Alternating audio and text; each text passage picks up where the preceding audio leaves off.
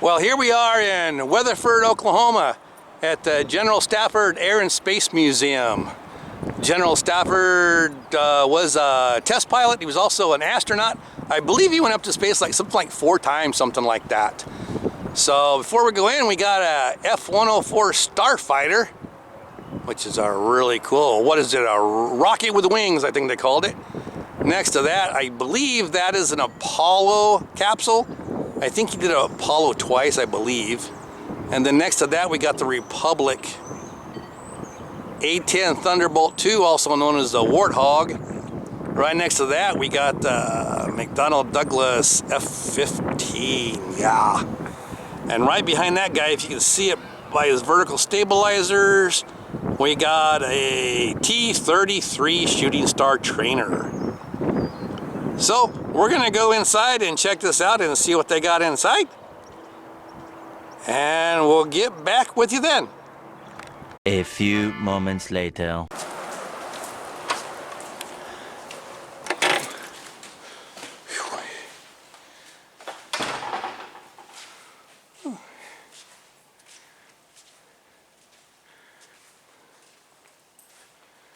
Alright, looks like we gotta get some tickets.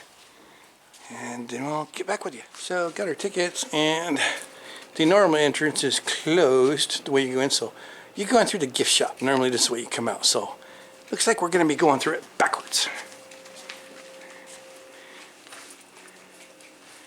It was $7 to get in, a veteran, and normal adult price was $9. So, it's a $2 discount. Your tour starts on the right. Okay. Oh, we got a replica of the Wright brothers plane. The moment that changed the world, the first flight.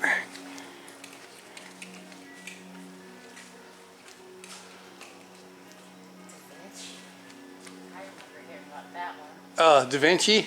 Yeah. Is that one or that one? That's this one.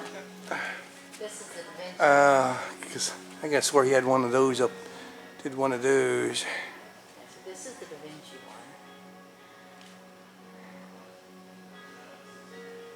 one. In 1500 and 1853. Everybody wanna fly. Be nice if you could fly without a damn machine, huh? That would be cool. The Wright Cycle Shop. Wright Cycle Company.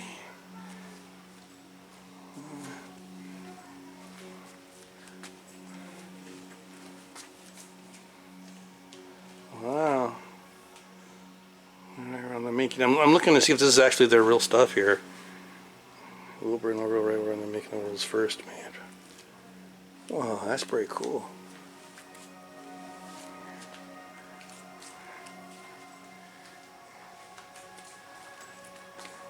Dare to be 12 seconds that changed the world.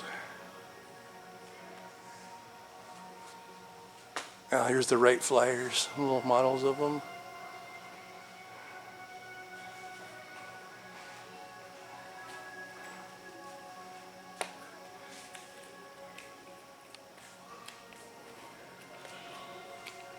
If I'm not mistaken, I think the Smithsonian, which is over in Virginia now, right outside of DC, it used to be in DC. I think they actually have the real one. I think. Either that or they got a replica one too, but I could have sworn that when I was there, I think it said it was the real one. Kind of the evolution of flight.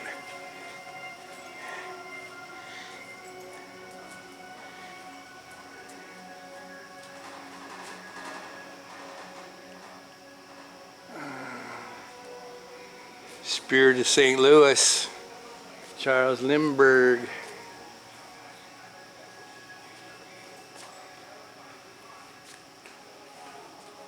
Oh, here's Louis Barreau crosses the English Channel.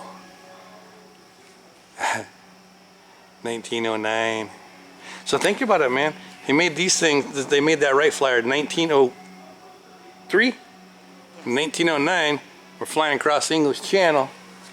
And then here's Charles Lindbergh, first one going across. He did the Atlantic or the Pacific? Atlantic. Transatlantic flight. New York to Paris. 1926. Yeah.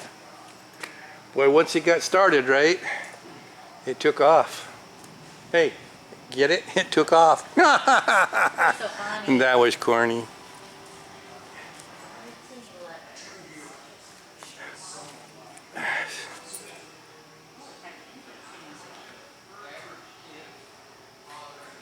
And now we're fighting with them.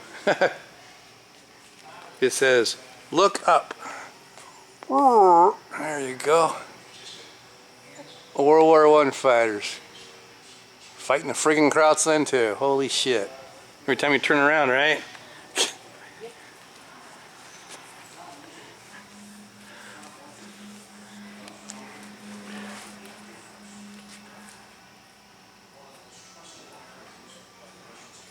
Oh, this was the linkage that they hooked up to the engines so they actually didn't shoot their own propeller off. Because when they first mounted machine guns, like up there on the top of that, they started firing, and of course they were shooting their propellers off. So I forgot who it was, but they came out with this synchronization thing. As it's going, it does, you have the trigger pulled, it doesn't let it fire when the propeller is in front of it. So that's probably a pretty important invention there. Okay, now we're going into rocket. Oh, okay, so I guess we continue to go around. So we were World War I. Here's, oh wait a minute, let's go look inside this guy. Spirit of St. Louis. Oh, geez, that's right, I remember that now. He couldn't see. He had to look out. And if I'm not mistaken, I think this was a little tunnel that went through his engine that just didn't have any cylinders, and that's the only area he had that you could look forward besides the side windows. This was his real dashboard right here. Yep, I saw that. Oh my gosh, going across the friggin' ocean. Woo-hoo-hoo-hoo.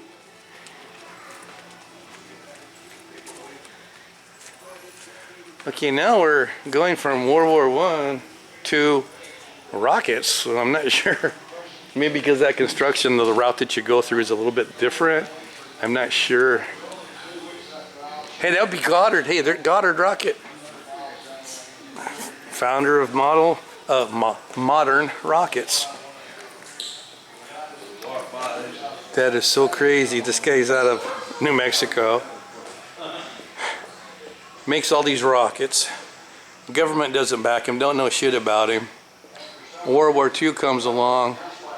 The Germans make all these friggin' rockets, of E-2 rockets and everything. When we finally win the war, we get hold of these guys and we says, hey man, where'd you get all your research? Where'd you get your technology from that? From your Robert Goddard. And we're like, who? Yeah, so the Germans make all this shit from a guy, we got our own country. And we don't do anything. Yeah, that's kind of aggravating.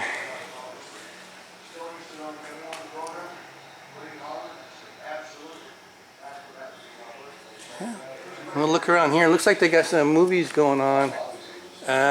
We'll go see if they got any good ones, and we'll take a look. So which way do these things start? I'm assuming there's a... Oh, that's rockets of the space race. This is satellite launches. I was looking to see where would be the beginning. So it's here. Well, I'm over here at satellite. They got two different things going on, looks like. Oh, these are different. Oh, different countries going on here. Okay.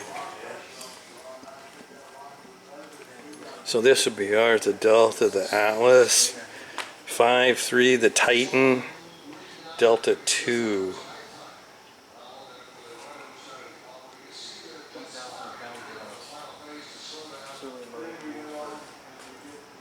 Okay.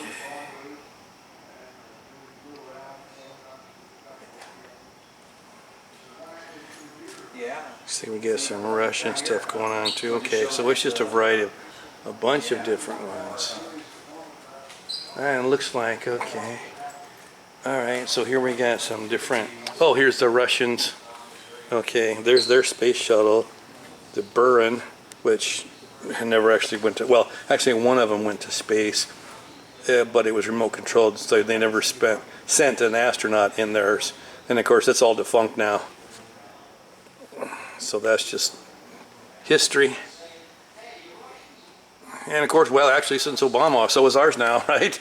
I guess ours is debunked too because he got rid of those. So then we have the Apollo Saturn V here.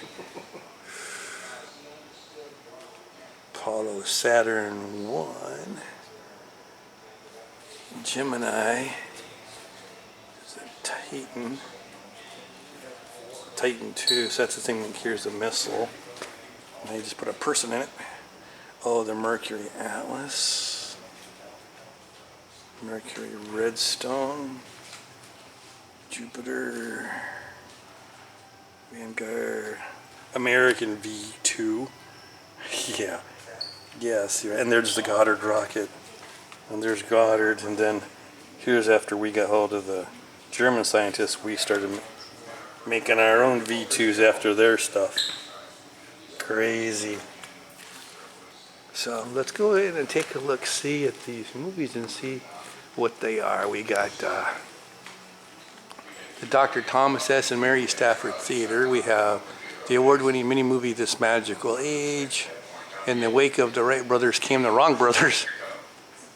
And okay, so I got two movies going on. Here's some more rockets of the space race. Because that would be the same as the other side, because, well, it is the same as, never mind. Anyway, because all the ones that actually launch nuclear missiles, we just take them off and we put a capsule on them. Hence the rockets. Same rocket right now, we're just putting a human being on it to go into space.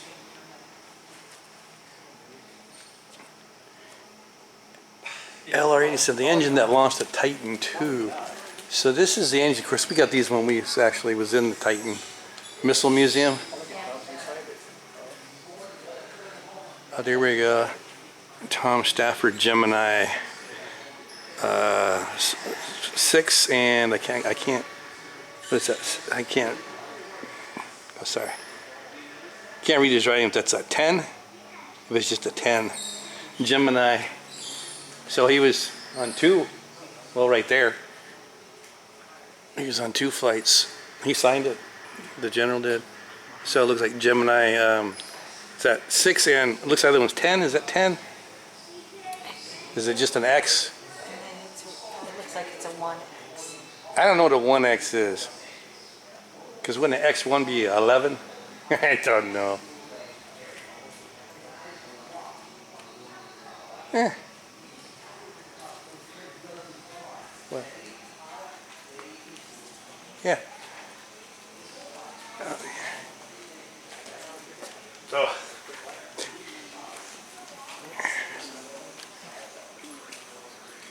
Look at the capsule. Isn't this these are Mercuries, aren't they? I think this is a Mercury, these little small guys, because it's just the black part. That's only the part that comes back.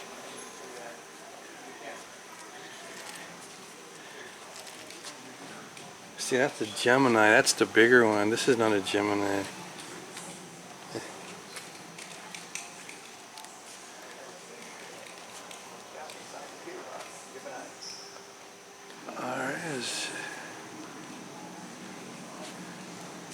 Well, it must be a Gemini. I guess I don't know my capsules very well. No, because that's the friggin' Gemini right there.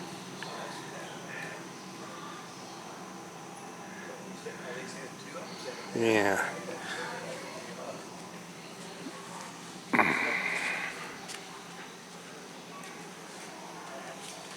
That's a Mercury capsule.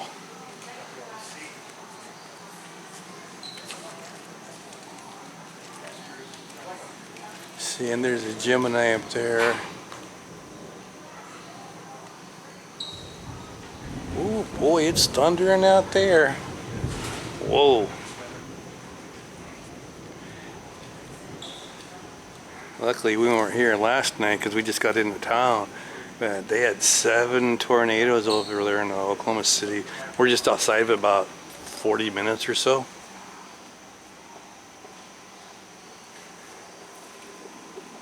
Gemini. No. That little model shows that being a Gemini capsule. Huh. I guess that whole thing. Yeah, I guess that whole thing. Oh, no, man, I'm telling you. See, I don't know rockets as much as I do planes and stuff. That sure looks like the Mercury if he detaches the black part. That's like a little Mercury, but everything here says you ain't, says you're Gemini. No, it does detach, but it's still Gemini. Okay, well.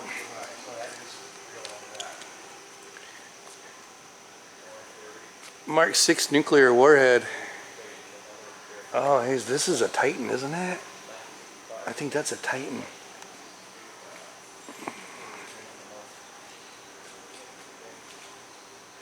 Well, actually, it's part of a Titan, I believe. Look at. Yeah, it's only. Titan 2. It's a Titan 2? Yes. Okay, this is. Oh yeah, I see. Okay. Yeah, this is like the Titan missile, nuclear missile in Arizona that we went to. Yeah, guys. Yeah, if you saw that video, we got a video where we went to the Titan 2 missile silo in Arizona. You actually got to go down in the entire silo. They had one of these guys actually in it. That's pretty cool. So is this this is the top, yeah, the warhead that goes on it. Yeah. Okay, there it is right there. Right there. I keep pointing to you, but I need to zoom in. Yeah, there it is. Okay. Oh, and there it is in the silo. Up there, that's what it, so that's the top part there in the silo. That's where the warhead is inside there. And the Titan 2. He's a biggie. Oof. It's a big one. Okay, so this is, see what capsule this is. That one's gotta be a, what is, that one actually looks like it went really, that one actually went into space. Gemini. That's a Gemini, okay. I'll be damned. I bet you, the way they got this one there, I bet you that one really went into space. Yeah, this is the actual flown Gemini 6. Sorry. Spacecraft, one of the first. Yeah, this guy actually went into space. Look at that, 2 guys are in that thing. Holy cow.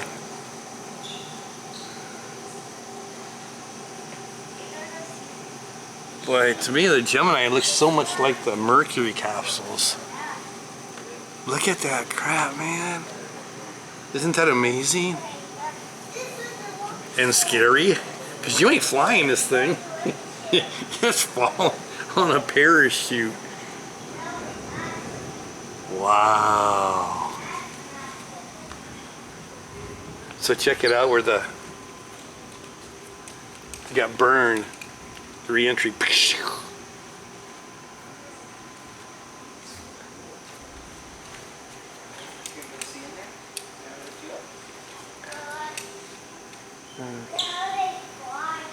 So we were over here on the Titan. We were walking down this way. Titan 2.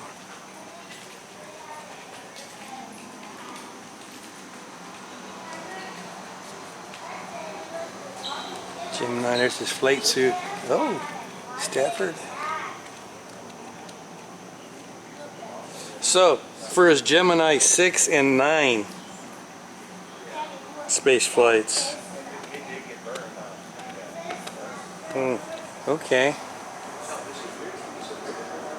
And this was the same launch vehicle that they put him on and launched him up. So they're, like I said, it's the same rocket. They either put a guy on it, go to the moon, or go to outer space, or you put a missile on, go blow something up. Same missile. Hey, whatever works. Yeah. Crazy, huh?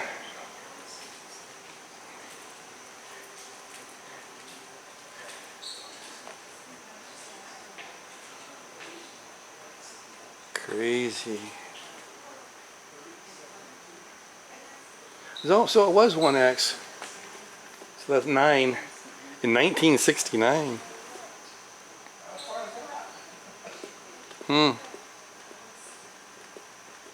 Oh, and that's that picture that we're looking at right there. Didn't it say it was this one? Yes. It is actually, that is the real one that we just saw the picture of. Crazy.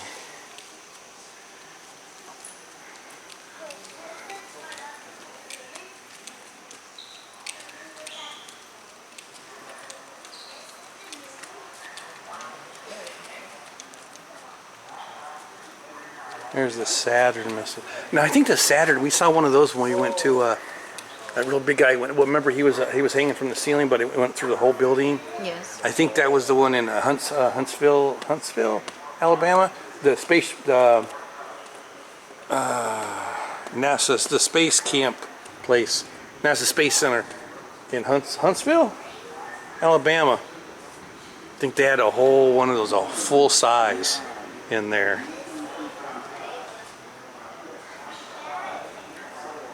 Well, look at this blast nozzle on this guy.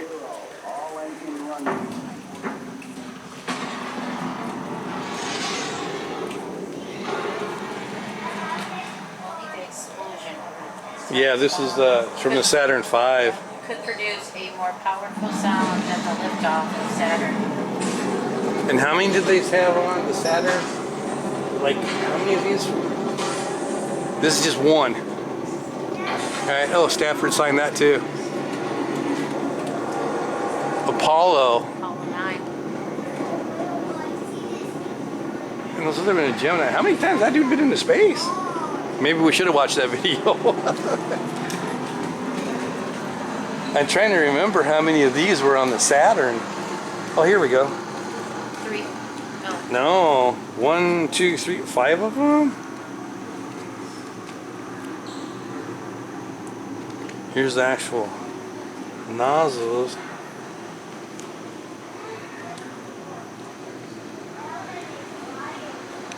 Holy cow. 1, 2, 3, 4, 5. I think there's 5. Holy shootzoid.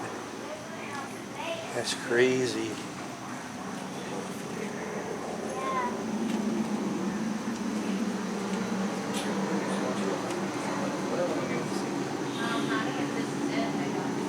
Say again? This is different. Okay. I want to go look at.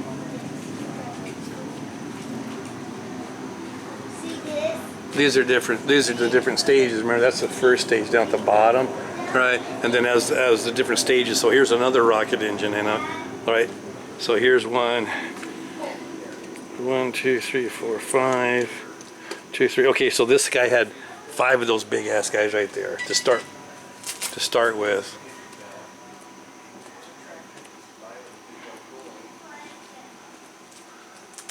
Wow.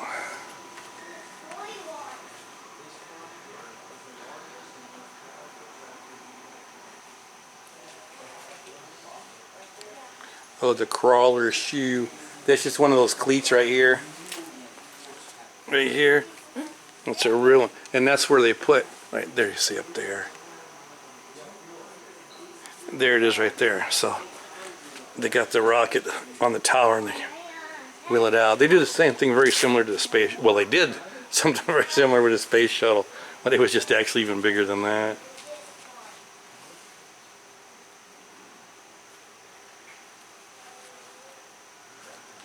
Phew.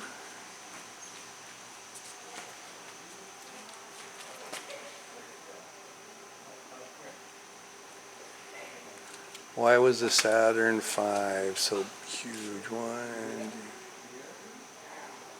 2. You have 5 of those. Golly, 5 of those things on one rocket.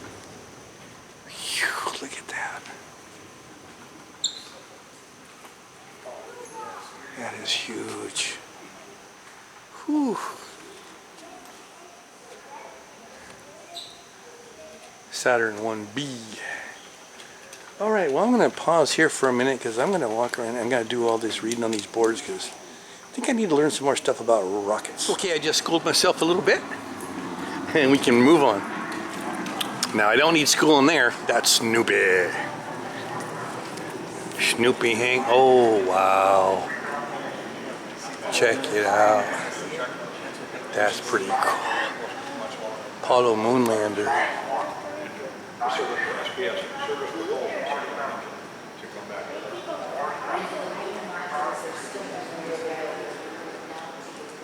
Wow. But we never went to the moon. This is all fake anyway, so don't worry about it.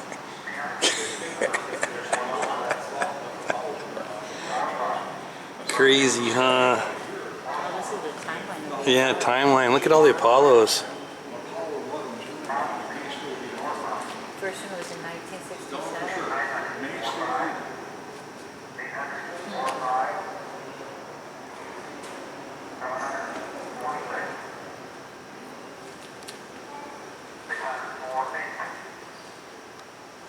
This is what I'll do overnight. I'll control these pictures and enlarge it so I can read everything over again. Yes.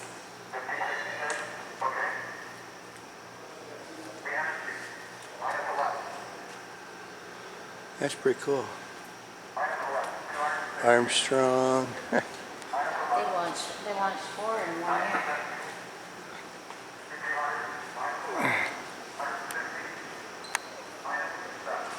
Guy's upside down. Oh, there he is. Look at, there's an astronaut hanging out above, up there. See, so when these guys broke off, they took off on this guy. They went down to the moon. One guy stayed in here. See, they still got some stuff in here, right? Yeah. And then this is the whole piece that comes off, and that's the part that just comes down. So when this thing is done with the moon, he blasts off, and this whole black part here stays on the moon. It's just that top part goes up. He attaches up there. Okay. They crawl in. Or was it there? Because anyway, that back piece and that just wind up in space.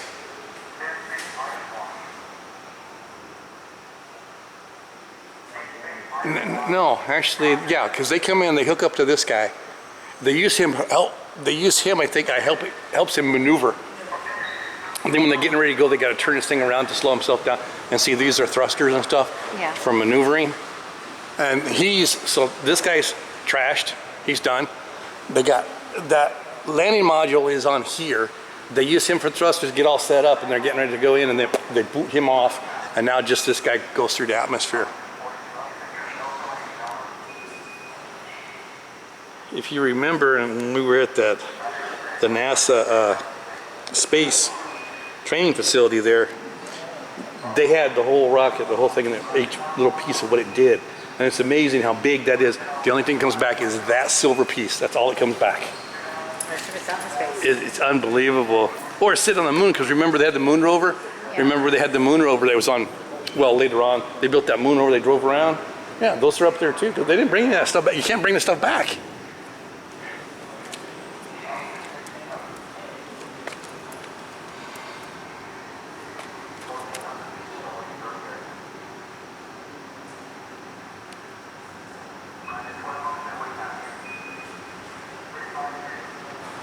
And that's the door out of it.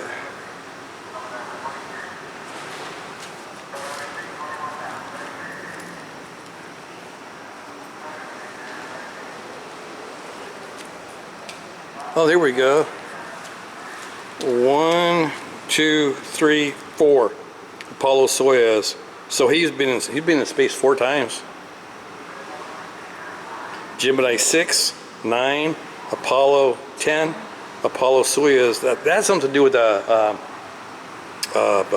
Russians. I wonder if that was, remember that Skylab back in the day in the 70s, maybe something? Boy, that's a pretty cool thing. Actually, been there 4 times in space. Phew.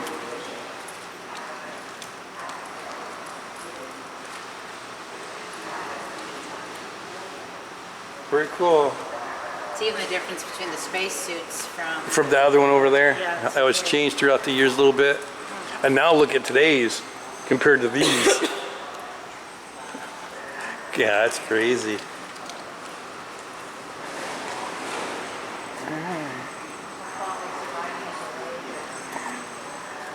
What you got? Surviving a delayed rescue. Oh.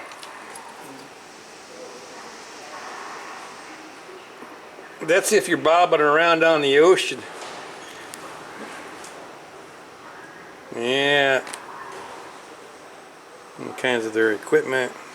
Water treatment. They should probably have a desalination to make water containers, sunglasses. Wouldn't be surprised if we lose power. It is really booming out there. Light just flickered a couple times. Alright, says we got more exhibits.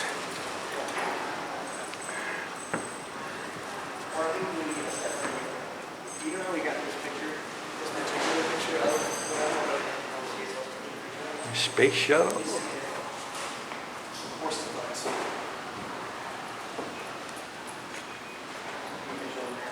Of course, we had some really good space shuttle stuff when we went to Kennedy Space Center in Florida. We videoed that one.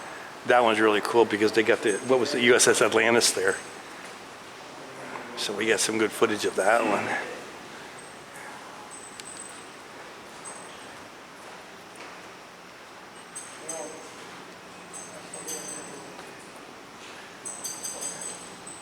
Simulators.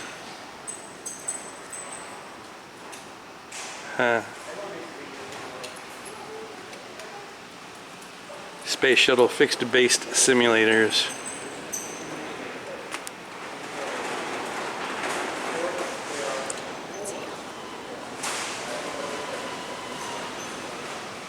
Woo.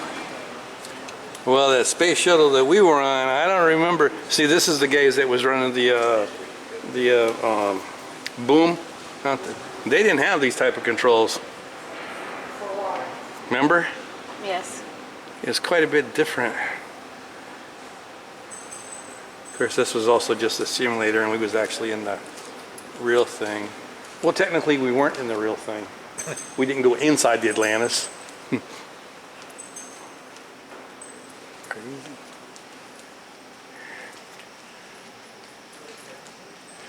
They do have a lot of space stuff here, more than I thought. Well, that's what he's known for. Well, yeah. Well, he's a test pilot, too. What do we have here?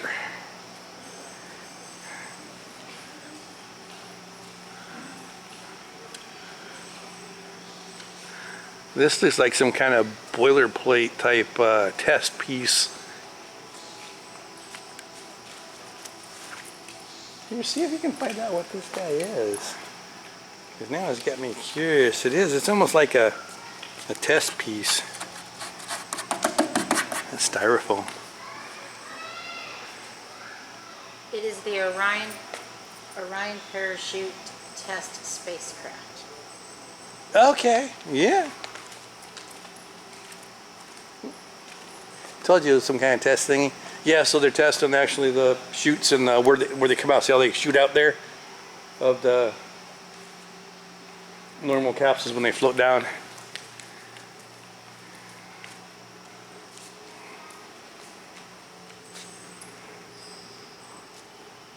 What is this here? See, there he is with the Apollo Soyuz, and your dressed national Soyuz flight cosmonaut and flight garment Test project. worn during the ASTP. Soyuz 19 launch. See, so that's right. So I think that's when they went up to space, and that's when we were hitching with the Russians.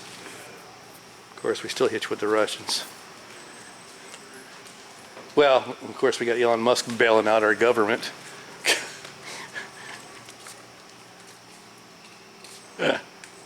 Oh, look at this engine cowling right here. This is the jet engine cowling.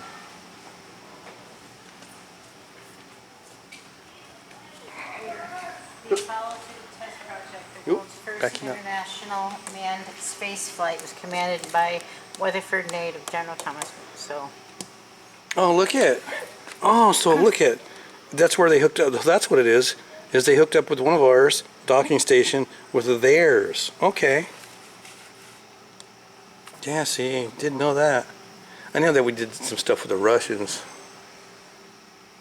Ah, interesting. Oh, hey, look at the Russian vodka. it says Russian vodka, yeah.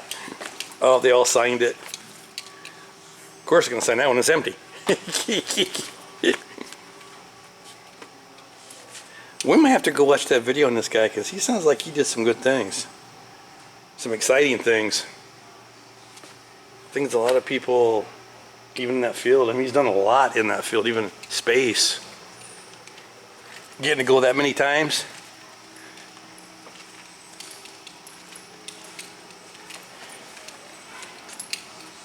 Come on, go stick your head in there. Are there stairs so you can? Or you ain't gonna be able to reach. Hang on. I gotta frame it. And there'd be a snapshot. Okay. Oh, and here's the International Space Station.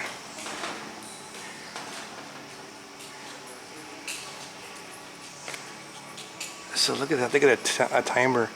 It's been up there 25 years, 11 months, 2 weeks.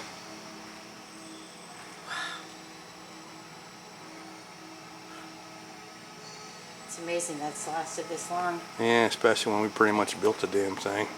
That was all space shuttles hauling all this stuff up. See, almost everything is round, Yes. because that's how it fit in the space shuttle in the cargo bay.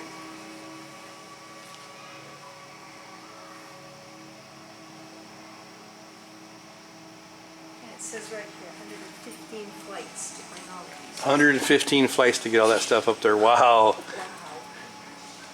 It gives the size. That's amazing. That's the size of a football field.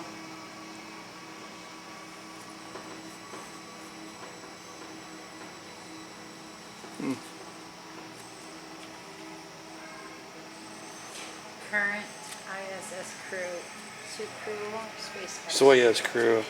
Oh, see, I wonder if it's got the dudes that are stuck there that they didn't get them out yet. Because they're behind. That Musk got to go send, Elon's got to send his, go rescue them. I don't think it includes the two that are waiting to come back. So you got those four in there. Actually, two of them just came back. I just saw it the other day. And then this is the Russians right here that are there. Yeah. Yeah, I just saw it was in like a week or 2 weeks ago. Two of these came back. Probably making room for the two that are stuck there. Yeah. Two of them came. I think the female, yeah, I just saw that a little bit ago.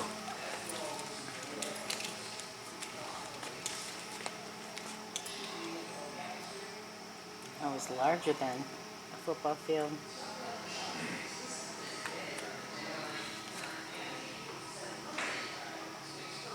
With the United States and Russia taking the lead, more than 18 countries have participated.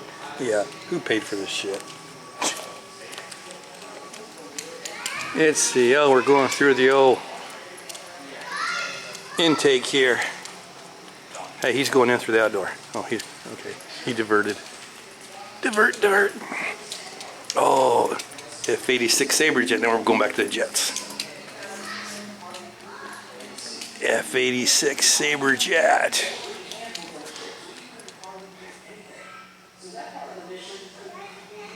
Yeah. Oh, geez. X1 is, hey, why don't you read that? Because no, because the real one of these I saw, it's in, this is a reproduction. This is not the real one. I don't think this is, no, because I saw the real one. I think, did we see the real one in the Smithsonian or did we see it in Dayton Air Force Base? Yeah. Because this is Chuck Yeager. Broke the sound barrier in this guy right here. That's his mom's name right there. Glennis. Yeah, it's the Bell X1. I don't know, it's a real one. I don't think it's the one that did it. Because obviously it's real. It's not a mock-up or a wood. Huh. What year was that anyway? Let's go take a look here. 1947. Chuck Yeager. Yeah. Glamorous Glennis. Yeah, he's got the pitot tube on that too. He took it.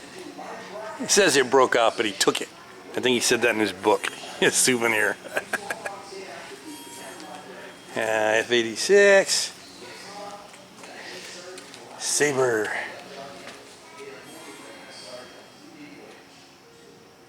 And of course we got, he was Captain Stafford at the time. Oh, that's him sitting on the nose of the plane, so he was F-86 driver. Well, test pilot of the F-86. Looks like we got a MiG here. Oh, that'd be a MiG-21. Oh, yeah. Yep, MiG-21 fish bed. Oh, hey, check it out. You can go up, check out the cockpit. Hey, there's an F-16 trainer. That'd be a C, I think. F-16C, I think, is a two-seater trainer. That's a trainer. Oh, that's pretty cool. You don't see a lot of those. And then, of course, we got T-38 over here. T4 trainer. That's a nice. They still fly these things, man. They've been around that long. Okay. Yeah, I want to go up and check this out. It's a MiG-21 fish bed.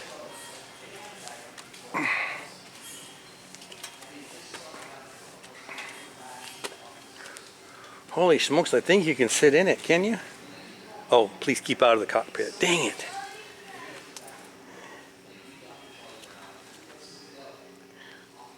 Wow.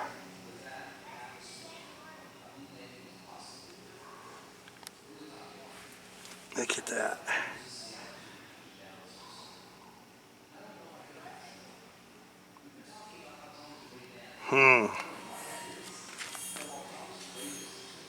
Boy, that's some crude looking stuff. Of course, planes do look crude when you get up really close to them. So some are just cruder than the others, that's all. Look at that. That's pretty cool. Oh, what do we got here? Oh, we got the little boy. Oh, here's a replica of the little boy that was dropped over Hiroshima. That was a uranium gun-type bomb that was dropped over there. Looks a little bit smaller than I thought. Because I thought they said, well, 11 feet. Yeah, that would be a, yeah, okay.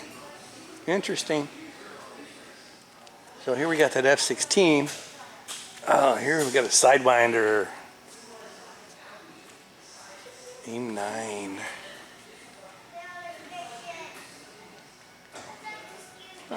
Wish they would have had some stairs going up here. There's just not a lot of trainers you actually get to see. I should say, not a lot of F-16 trainers you actually get to see. Huh.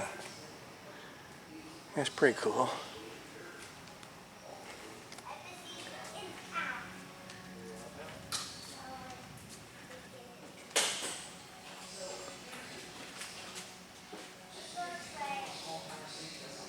Yeah. Another AIM 9.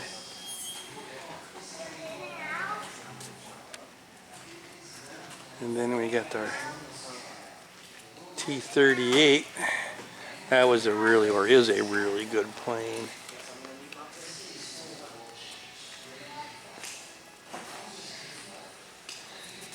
Yeah, that's a nice plane too. So there was our MiG-21 fish bed. And it has a little, in memory of Alexei Leonov. Anyway, there's a picture of Stafford, and he's got a couple, was it two boys? Two boys. He adopted from Russia. I guess hence, you know, so here they are in front of this Russian plane. That's their picture though. Interesting. Boy, he kind of got a little friendly with those Russians, I think. During the Cold War. Well, looky here. I did not know they had this. Looks like they built this hangar or building just for this thing. That's a F-117 Stealth. Oh man, they need a ladder so you can go to the cockpit. I've never even seen one before that actually had to open. That'd be cool if they had a ladder going up there. Or the stairs like on the MiG. Yes. Oh, look at that. Lockheed Martin Skunk Works, man. Whoa. Shit, man. Need one of those selfie poles I hooked to my camera and I lift it up and lift it up and get inside the cockpit.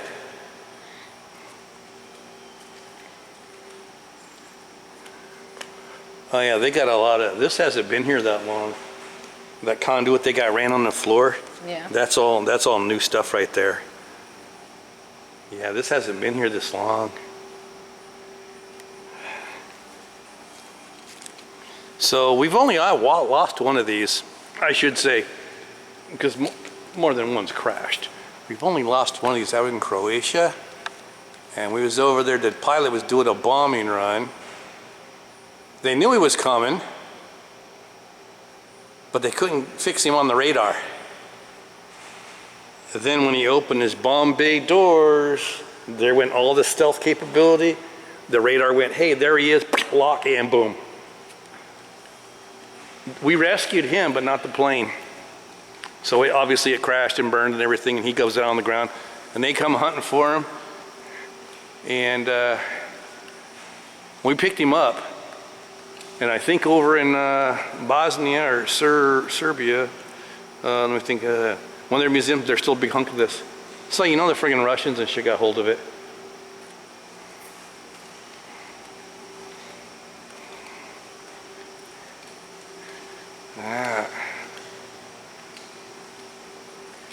This is one crazy plane. Only carries two 2,000-pound bombs. That's all it carries. This dude here, they had a whole, I forgot how many of them went. They were the first ones in Baghdad, took out all the stuff. They didn't even know they were there. Whole damn Baghdad just starts blowing up. They're like, what the hell, what's going on, what's going on? Never saw them, they never lost one over there. I forgot the ratio, because I just finished the Lockheed book. The Lockheed, what was the second? The Skunk Works. And the ratio is something of the amount of missions, sorties these guys flown compared to the other planes. If you took, and I'm just gonna say some wrong numbers. Anyway, these dudes did a lot of shit. Took out some of the most valuable targets so all the other planes could go and do their job. This thing is crazy.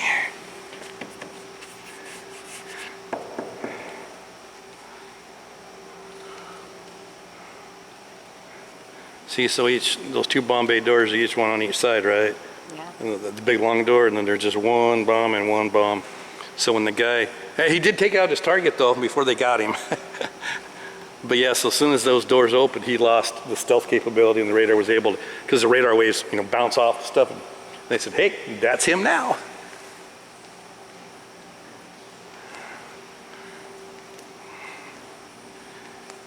Wow. There you go, Rob. Operation Desert Storm 91. Oh, look at it. There he goes. What I was just talking about. Zero losses, where do you talk about that? Flew only 2% of all the combat sorties and covered 40%. There you go, I was just saying that. See, they only flew 2% of all the combat sorties. But of those 2%, 40% of the targets. Crazy, huh? Yes. That's because and of course, before the plane flew in, nobody knew if it actually worked. So all these pilots are going in that first squadron going out, they don't know if this shit works because it's never been tested actually in combat. So they're all flying, and they're like, we don't know if we're just gonna get our ass blown up. Because first off, they're not supersonic. They can't break the sound barrier, so they're not gonna run. Yeah, it's crazy. Crazy, crazy. And it's funny is because they got rid of these. And for some strange reason, you're seeing them flying around again. Because they're pulling some of them back out of mothballs. Yeah. Saw them flying over to, was it Holloman? Well, I don't know if it's coming, going to or from Holloman. But yeah. Tap screen to begin.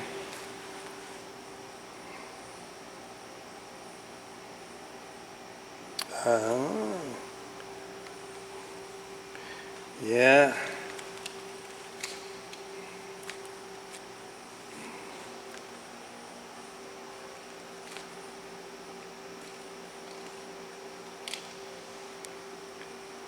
Man, I'd like to see inside the guy. Of course, like I said, this is the most I've ever seen before. I've never seen one with the hatch open. The canopy. Pretty cool, pretty cool. I like that. I like that. Huh. Reading the duty. So this one flew a total of 55 combat missions. 30 missions in Desert Storm, 20 missions in Allied Force, and 5 missions in Iraqi Freedom. Total flight time for this one was 5,000 hours. This was the 7th highest amount of hours of all the F-117. Wow. That's cool. That was cool. So this is a T-37. It's actually a cockpit of a T-37, which is the Tweety Bird. That's what the Canadian Snowbirds fly. It's also a trainer. Never sat in one of those cockpits before, so I'm going to give this one a shot. This is a side-by-side type.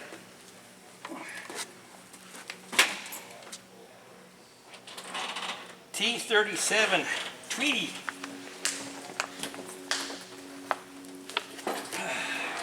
That could be a Canadian Snowbird. Oh, wait a minute, that means I'd have to cry. I didn't say that out loud, did I?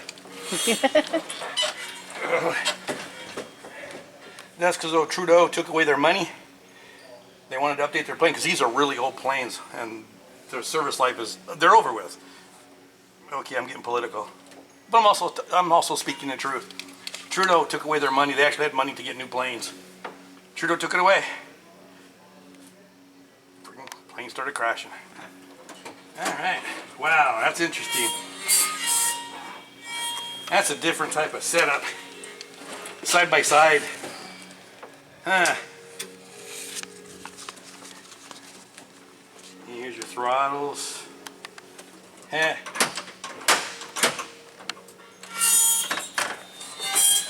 Got our rudder. Whew. Yeah, quite interesting. Quite interesting. Okay. Shopping! Oh, shopping! Was that a woo for you? Yes. Iron Eagle. Remember Lou Gossett Jr. got shot down? Yes. Shopping! The dude's freaking out his F-16. And the only time you go fast is you gotta put your oxygen. That's when you know you're gonna go fast. Oh, landing gear. Check it out.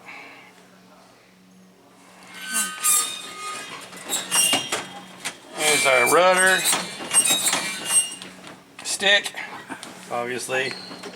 Got our throttles here, as you can see.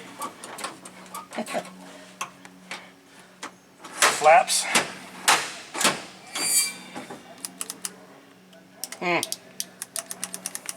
this is where it says self-destruct mode. We better bail.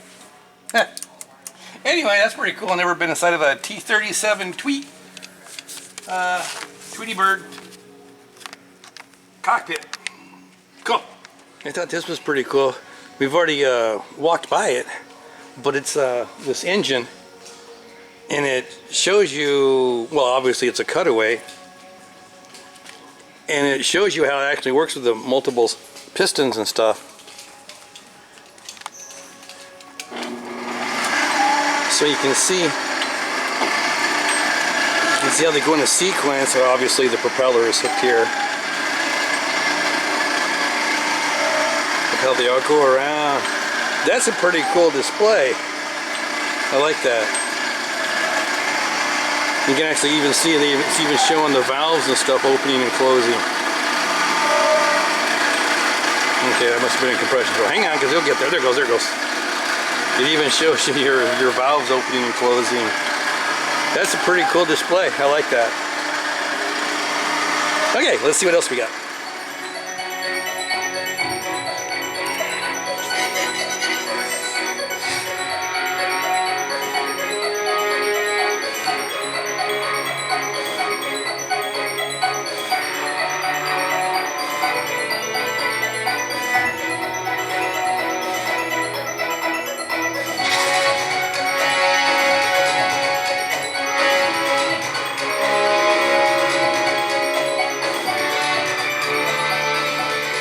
The first person to go to Mars is alive today.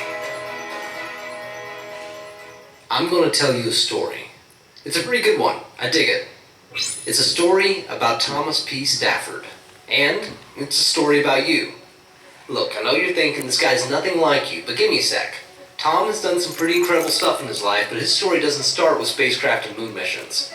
His story starts here in Weatherford, as a young boy, where he began to dream. But to tell it right, we gotta rewind. The full story starts here.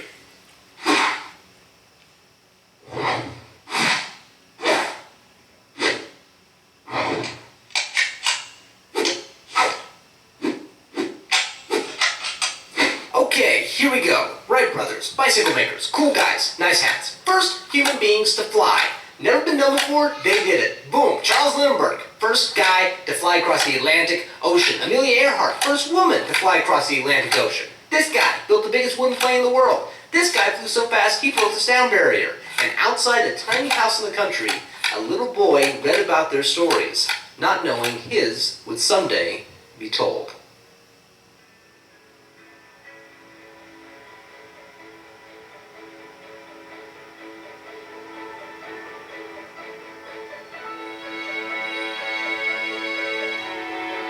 This is Tom Stafford. He was born in Weatherford, Oklahoma in 1930. Eventually, he'd set the human speed record, become a general and a NASA astronaut. But when he was a kid, he just really liked airplanes.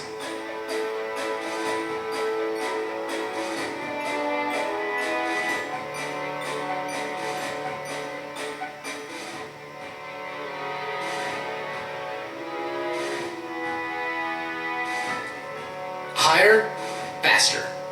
These words became Tom's catchphrase. Okay, so when he's like 4, his family visits his farm in May, Oklahoma, where one of the tallest windmills in the world stands. One glance at it and Tom is off like a bullet, climbing as fast as his little legs could carry him. His eyes were locked on the windmill's top platform.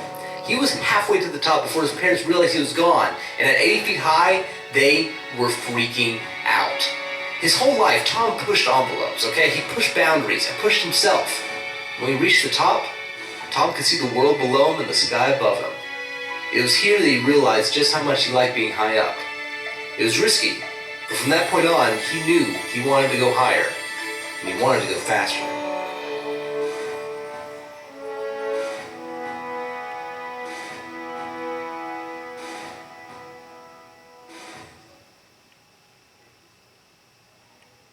So the kid works his butt off, makes it into the Naval Academy, and graduates at the top of his class. From there, he gets into the Air Force and starts test flying planes, the new ones, the fastest ones. But then, he gets a job offer from the guys going higher and faster than anyone else.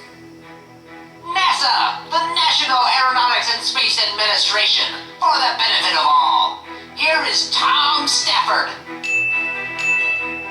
eating a meal with his fellow astronauts, getting ready to embark on the Gemini 7 and Gemini 6 space missions. Their goal, to send 2 spacecrafts up to meet each other in orbit above the Earth's atmosphere for the first time in history.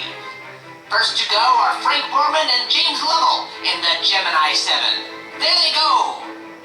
And here we go with the launch descent pilot Tom Stafford and Commander Wally Schirra into orbit to meet them.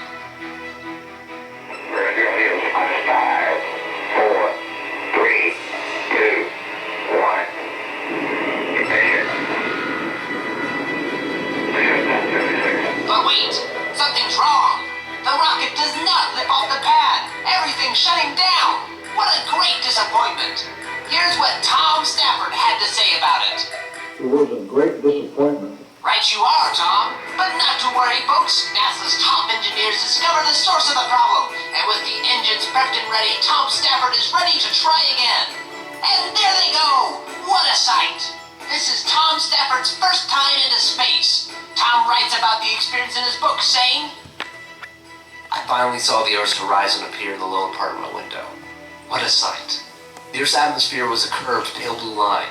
The clouds below were small and racing past. Below us, the nighttime surface of the Earth was alive with thunderstorms and the flash of meteorites. I could see 10 times as many stars as I could on a clear night. The Milky Way was truly a gigantic puddle of stars. and here's Tom and Wally coming up on the Gemini 7 spacecraft. History is made, the first ever rendezvous in space. Look at them wave. After some brief experiments, Tom and Wally head home. What an adventure! Through the knowledge they've gained, Tom Stafford and Wally Schirra have brought us all one step closer to achieving the greatest aeronautical challenge known to man, landing a human being onto the surface of the moon. Because that was the deal. That's what all this was building up towards. We were locked in a race to make it to the moon, and the ships being up above the atmosphere was a huge part of that plan.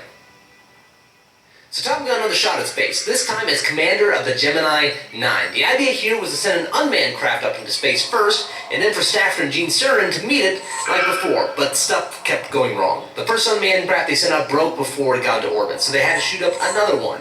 Then Tom and Gene went up after it, and when they got up there, they found that it was all messed up. Tom called it an angry alligator, and it posed danger to try to do anything with. They couldn't dock and couldn't do anything with it. So the second part of the mission was for Gene to test the new rocket pack for the spacesuit, and he found that he couldn't hardly move in the suit. It was ridiculously hot, and there weren't any handholds on the ship, so he couldn't hardly do anything. So that part of the mission couldn't be completed either. Basically, everything went wrong, but everyone learned something, and this stuff would all get fixed for the next time. Plus, Tom proved that he was cool when things went wrong. He could deal with issues, he could make good decisions, and he could salvage things. He would need that, because someone had to run the test mission before the biggest mission of them all.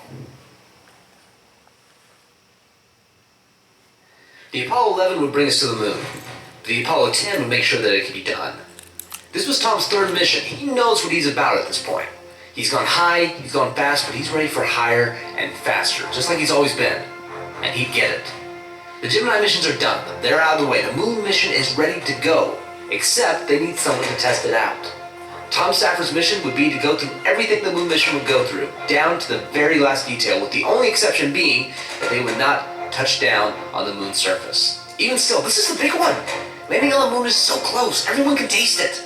It's the stuff of dreams, and Tom's going to get to see it up close. It would start with a maneuver he had done before. The lunar module's already been shot up into space. It's orbiting the Earth right now. They call it Snoopy, saying they'll use it to snoop around the moon's surface. I think they were just being cute. Anyway, they docked the command module together with Snoopy and are ready to get going. Tom's always been big on cameras, and he manages to bring one along to do live broadcasts from the spaceship. One glance back at Earth and they push out of orbit. A few small problems stand out to the team, but nothing life-threatening and nothing that wouldn't be easy to fix. You got Tom, you got Gene Cernan from the last mission, and you got John Young, and they are more than ready to be starting on a 3-day voyage to the moon.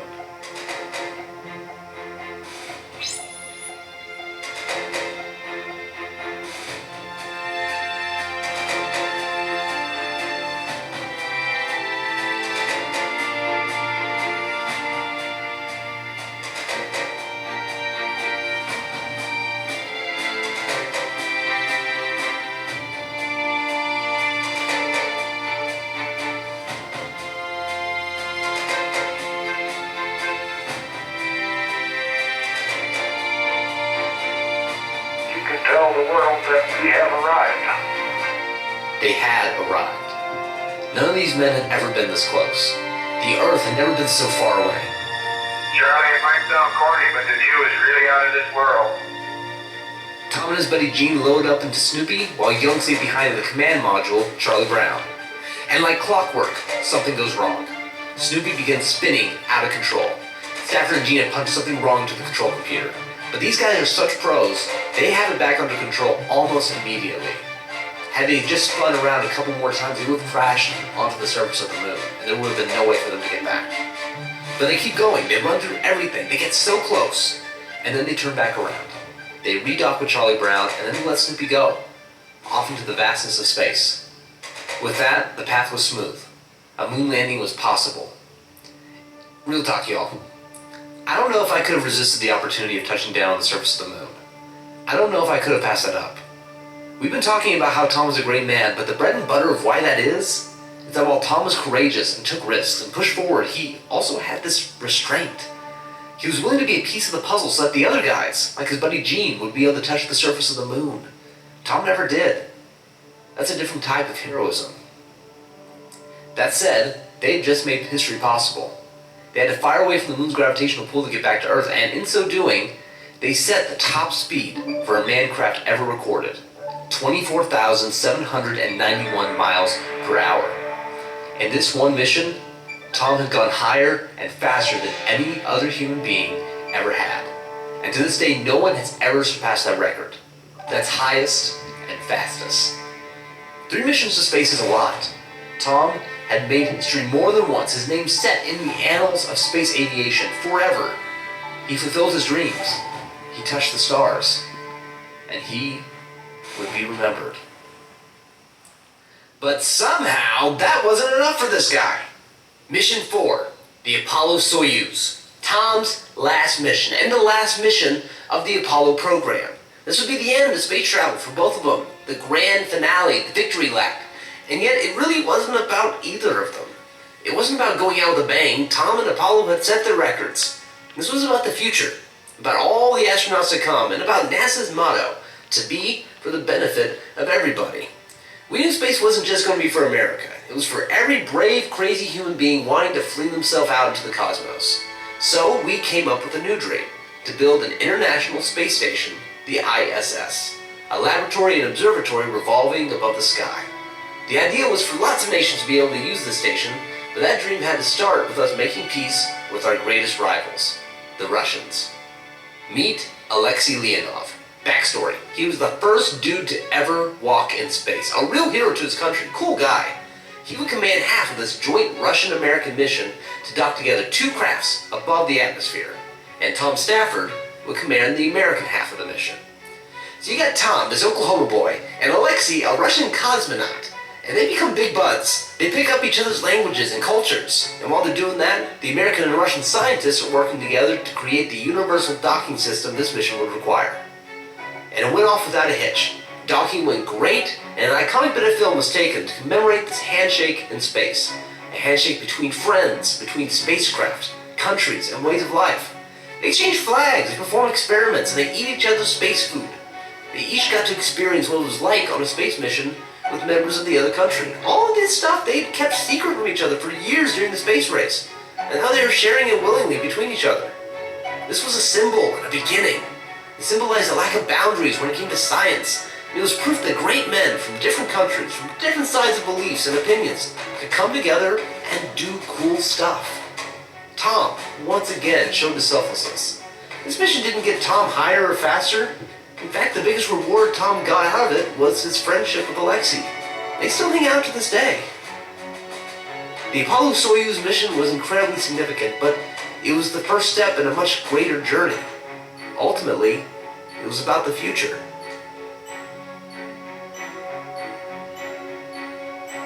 So, here's the gist. Just because you come from a small town or state doesn't mean you can't do amazing things. Tom took risks. He worked hard, decided what he wanted out of life, and he went for it. He did things no one had done before, tried things no one else had tried. And the world is different because of him. Every American space mission has had an Oklahoman astronaut.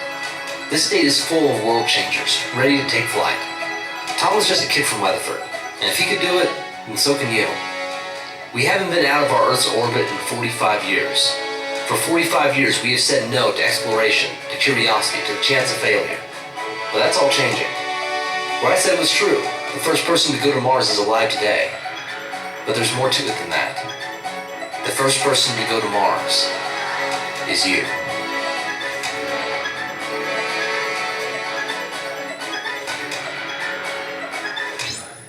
Well, as you can tell, we just got done watching the video on General Stafford.